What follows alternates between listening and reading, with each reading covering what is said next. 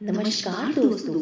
आज मैं आपको अहोई अष्टमी की व्रत कथा, उसके नियम की विधि और इसके शुभ मुहूर्त के बारे में बताऊंगी। तो चलिए सुनते हैं।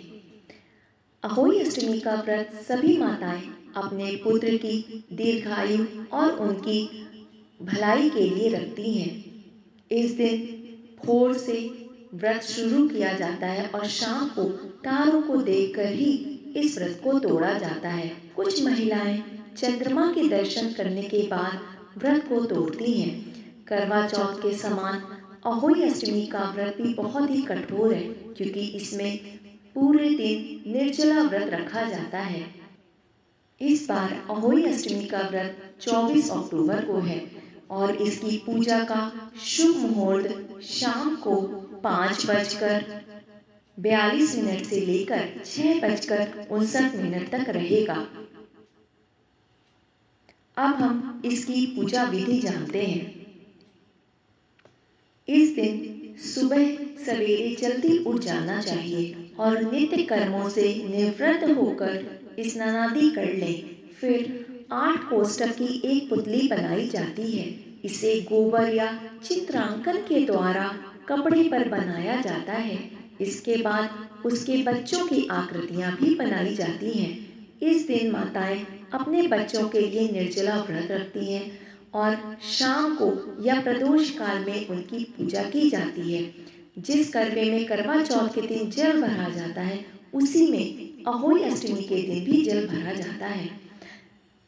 शाम को माता की पूजा पूरे विधि विधान के साथ की जाती है।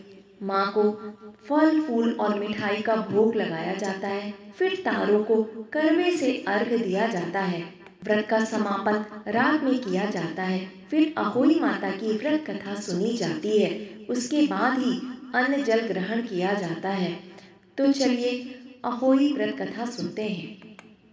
प्राचीन समय में एक साहूकार था, जिसके 7 बेटे और 7 बहुएं थीं। साहूकार की एक बेटी भी थी, जो दीपावली में ससुराल से मायके आई थी। दीपावली पर घर को लीपने के लिए सातों बहुएं मिट्टी लाने जंगल में गईं, तो ननद भी उनके साथ हो ली। साहूकार की बेटी जहाँ मिट्टी काट रही थी, उस स्थान पर स्याहू अपने 7 बेटों के साथ रहती थी। मिट्टी काटते हुए गलती से साहूकार की बेटी की खुरपी की चोट से स्याहू का एक बच्चा मर गया। स्याहू इस पर क्रोधित होकर बोली, मैं तुम्हारी कोख बांधूंगी। स्याहू के इन वचनों को सुनकर साहूकार की बेटी अपनी भाभियों के पास गई और उनसे एक एक कर विनती करती है कि वह उसके बदले अपनी कोख बंधवा ले। सबसे छोटी भाभी ननद के बदले अपनी कोख बंधवाने के लिए तैयार हो जाती है। इसके बाद छोटी भाभी के जो भी बच्चे होते हैं, वे 7 दिन बाद मर जाते हैं। 7 पुत्रों की इस प्रकार मृत्यु होने के बाद उसने पंडित को बुलवाकर इसका कारण पूछा। पंडित ने सुरही गाय की सेवा करने की सलाह दी। सुरही सेवा से प्रसन्न होती हैं और उसे स्याहू के पास ले जाती हैं।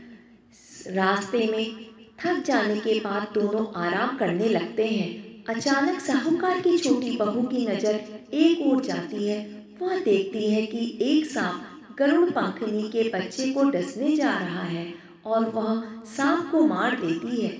इतने में गरुड़ पंखनी वहां आ जाती है और खून बिखरा हुआ देखकर उसे लगता है कि छोटी बहू ने उसके बच्चे को मार दिया है।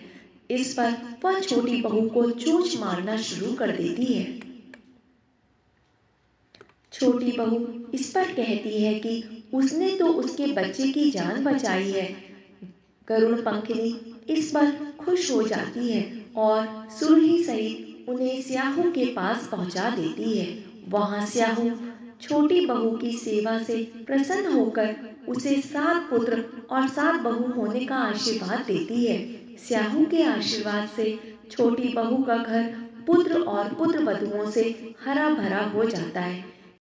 हे अहोई माता, जैसे आपने छोटी बहू पर अपना आशीर्वाद बनाया, ऐसे ही सभी माताओं पर अपना सदा आशीर्वाद रखना।